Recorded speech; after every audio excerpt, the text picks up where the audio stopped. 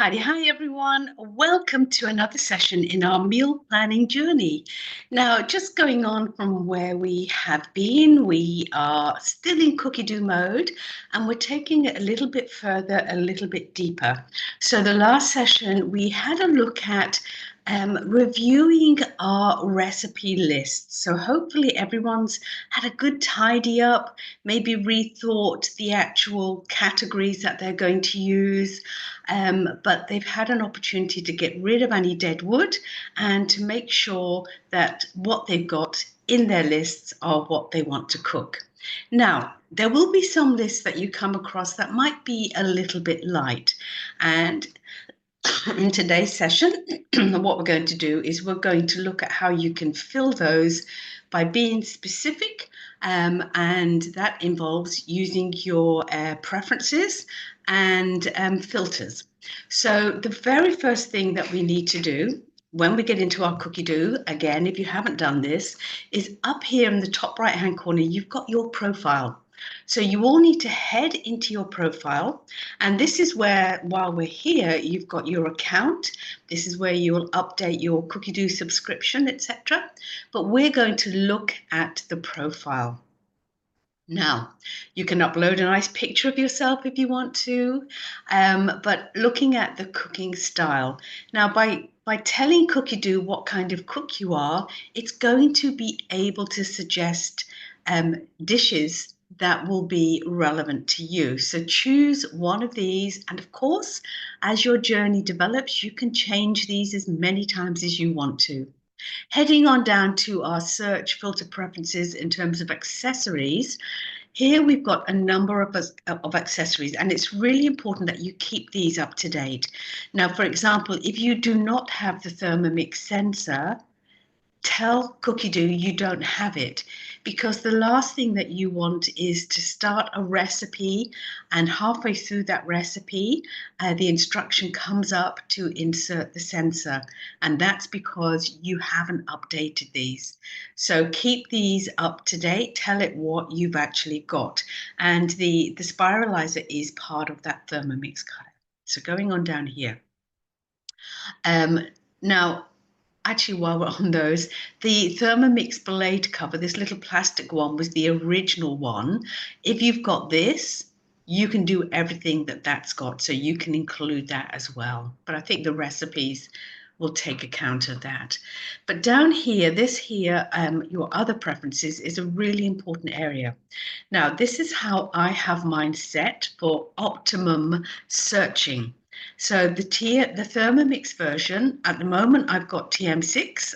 In about a week or so, I'm going to be changing that to TM7. So very excited to be able to do that. And that means that any TM7 recipes I will start to find in my searching. Now, heading on down here to language. Now, language, you want to put in here any languages that you are comfortable speaking and reading, more importantly. So for me, it's just basic English. So I've got English ticked. But let's say you can speak and read French, you may want to include that as well. So the language that you want to see recipes in.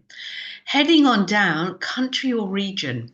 Now you can select as many of these as you want, and I often see people that have selected Australia, United Kingdom, and America because they're all English speaking countries. But it's interesting, in a little search that I did when I popped in that filter and I looked at chicken recipes, I was shown only just over 1,000 recipes. By taking out all of those, I actually was shown over 1,500 recipes. So that's why under country or region, I choose to have all. In other words, nothing is specified. Once you're happy with all of these, update your filters so that core information that Cookidoo has is accurate. Okay, let's now move in. Now, in the explore area, you can see there is no filters or anything. It's purely for exploring. You can search, etc. But when we want to get into our filters, up here beside our profile, we've got the search function up here as well. And this is what brings up filters the recipe options, and also your relevance or sorting filters. So let's look at these first of all. I tend to have mine often, which I'll move to what are the newest recipes. So it just shows me what the newest ones are. And this is how I can keep tabs on what's happening, what's coming and what's new. But you can actually sort by best rated and other areas too.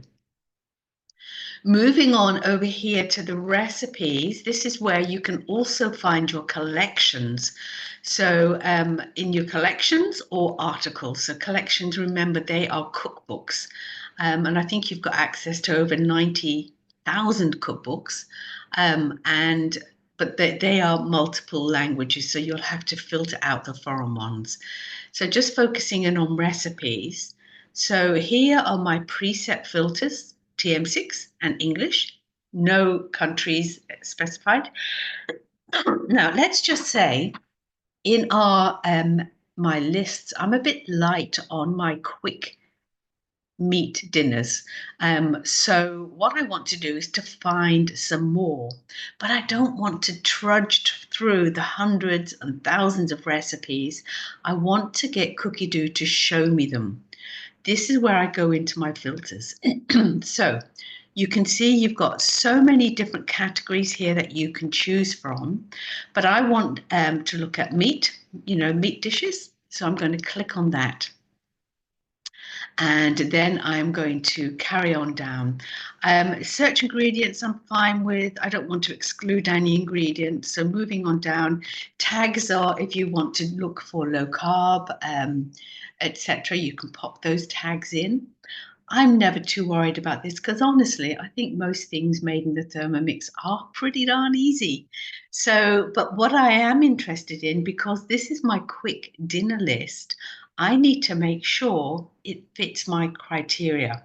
So anything in my quick dinners has to be on the table in half an hour. So I'm prep time under half an hour, and total time under half an hour. You can actually choose portion size, but I'm not worried about that.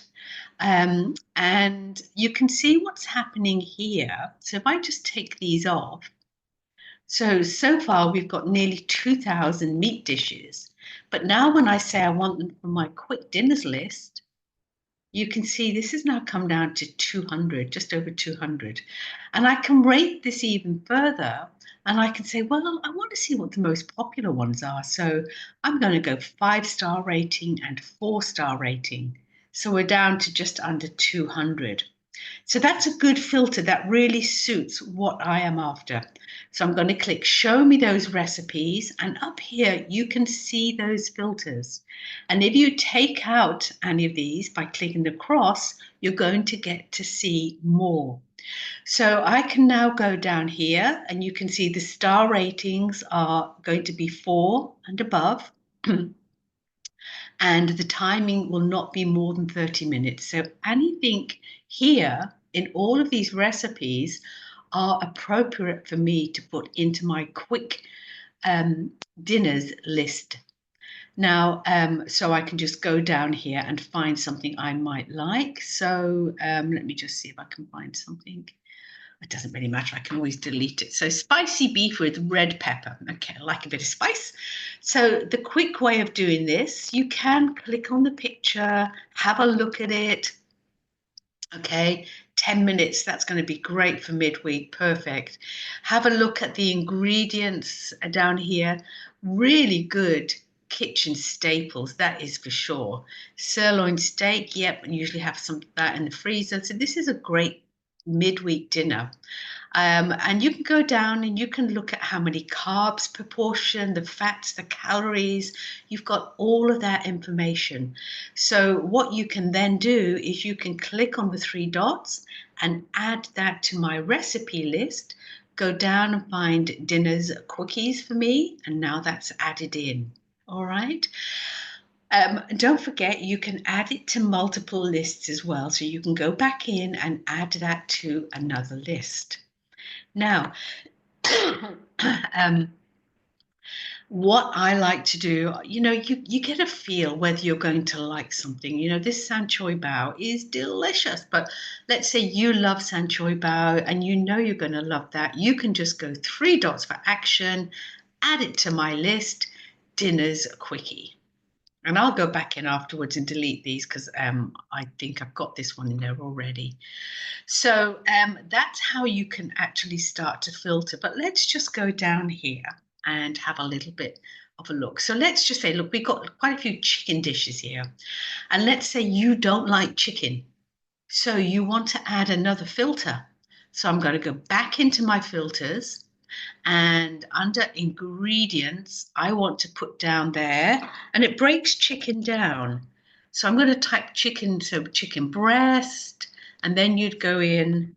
I know it's a bit laborious this way. Then you'd write chicken, and then you could do etc. Chicken thigh, and you'll see it reducing. So these ones have obviously got different cuts of chicken, but it will actually show you dishes without those if that's what you like.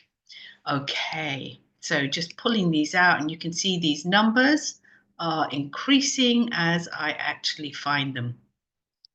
All right, so that's a little bit about your filters. Really, really useful, especially when you're starting things up, which is fabulous. All right, so I'm just really curious here. I just want to filter. I'm going to head down. I'm going to take off my TM6 and I'm going to pop in my TM7, but I want exclusive TM7 recipes. Now, I know here in Australia, lots haven't yet been loaded on, but here we go. Let's just have a little look at some of these beauties. So this is one here. What makes this one here? Open cooking. So here we go, some of the new features of the TM7. So very excited for that. And this to me is a dish that I would like under 30 minutes. That would go into dinner's quickie. I just love pasta with plain sauces. Beautiful. So, you can have a bit of fun exploring all sorts of different things. Now,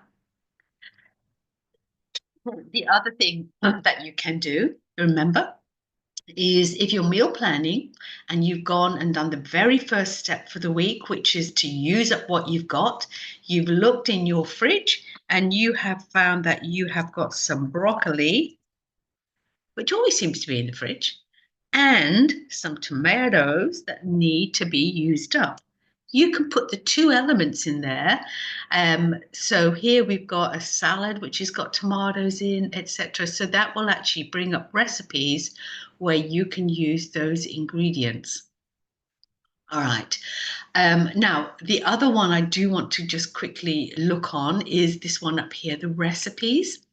Now, if I go into collections, you can see we've just got over 8,000. Let me just go back and see my filters. That's because I've got TM7.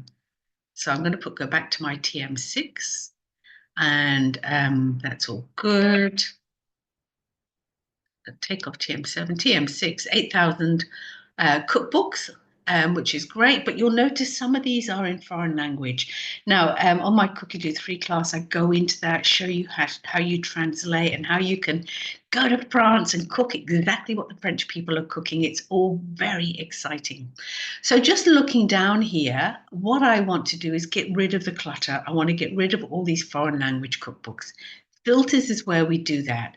So again, I'm going down to country or region. Now this time, I'm going to select the English writing countries, Australia, United States, and United Kingdom. So now I've got 800 cookbooks that I know I can read and understand.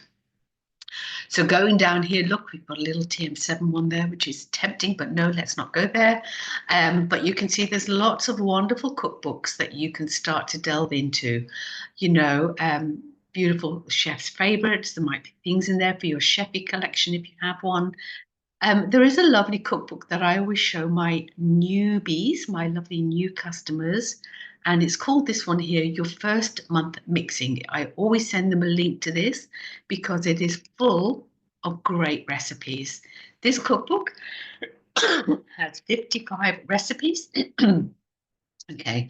Now I can save, you can see I've saved this cookbook.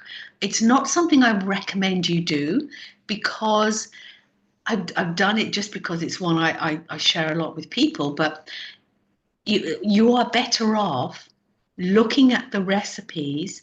And if, for example, butter, three dots for action, save that into your basics and brilliance collection or whatever your basics collection is, you're better off to save them where you can find them.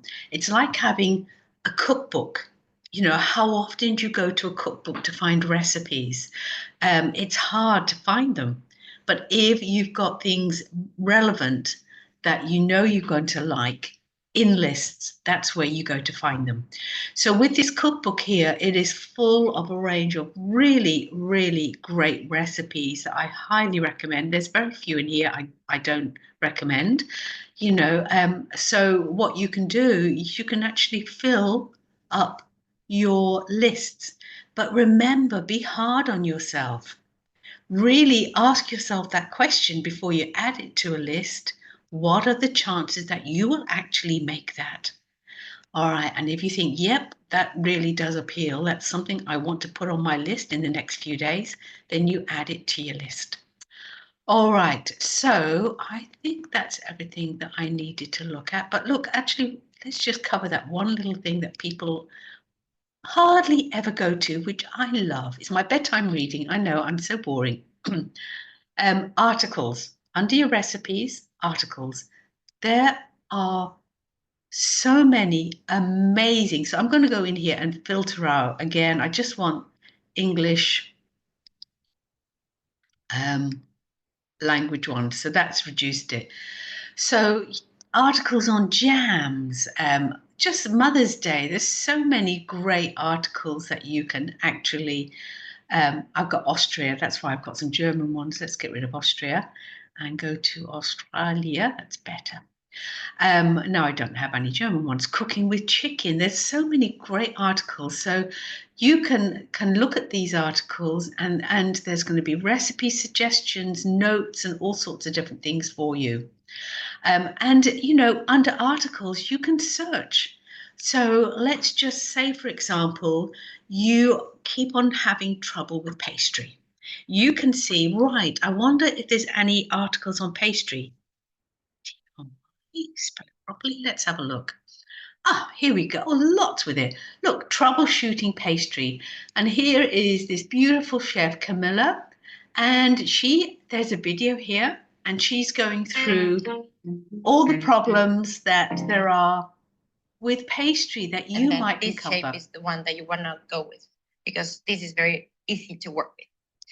So you're going to pick up a host of things. So please, you know, have a look at the articles. There is so much good information, good reading in those. Now, all right.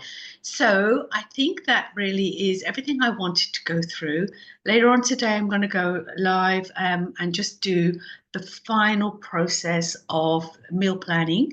But the idea is now you've done that initial clean out of your fridge. You've actually done the initial clean out of all your lists in Cookidoo, and through filters, you've actually added to those that are a bit light without having to go through the masses and masses of recipes. So the next stage, we're going to pull it all together and I'm going to give you my plan for meal planning and that will come on later on today.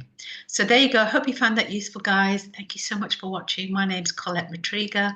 I am a Thermomix consultant here in Australia. And if you're thinking of investing one of these incredible machines, please reach out. No matter where you are in Australia, I would love to look after and support you on that incredible journey. Bye for now.